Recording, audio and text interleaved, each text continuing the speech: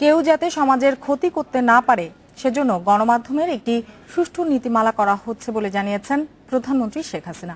তিনি বলেন, সরকার গণমাধ্যমকে নিয়ন্ত্রণ করতে চায় না, তবে সমাজ ও দেশের কথা মাথায় রেখেই তাদের কাজ করতে হবে।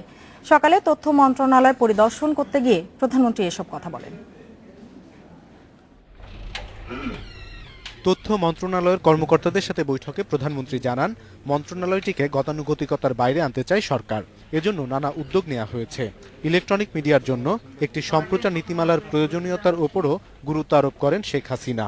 এগুলি সমাজের কোনো রকম ক্ষতিকারক সেই ধরনের কোনো কাজ যেন কেউ করতে না পারে, এ ব্যাপারে একটা সুষ্ঠু ব্যবস্থা থাকা উচিত। আর এ লক্ষ্যে আমাদের একটা সম্প্রচার নীতিমালা, বিশেষ করে ইলেকট্রনিক মিডিয়া, টেলিভিশন, রেডিও, এর জন্য কিন্তু একটা নীতিমালা আমাদের থাকা দরকার। আমরা কাউকে নিয়ন্ত্রণ করতে চাই না, বাট সমাজ, পরিবার, দেশ, এটাকে মাথায় রেখে একটা সহায়ক শক্তি হিসেবেই সংবাদপত্রগুলি চলবে। প্রধানমন্ত্রী বলেন, গণতান্ত্রিক ধারাবাহিকতা না থাকলে উন্নয়ন হয় না।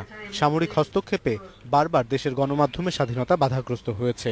ডিক্টেটররা যেহেতু অবৈধভাবে ক্ষমতা নেয়, তো তাদের একমাত্র মাধ্যমটাই হচ্ছে এই মিডিয়া, এবং তাদের ক্ষমতাটা যে তারা পেল এটা জানা যায় কোনো এক সময় দেখা গেল টেলিভিশনে এসেই আসসালামু আলাইকুম, আমি আজ থেকে রাষ্ট্রপতি হলাম বলে তাদের যাত্রা শুরু। এভাবেই তারা ক্ষমতাটা দখল করে এবং মিডিয়াকে তারা এভাবে ব্যবহার করে।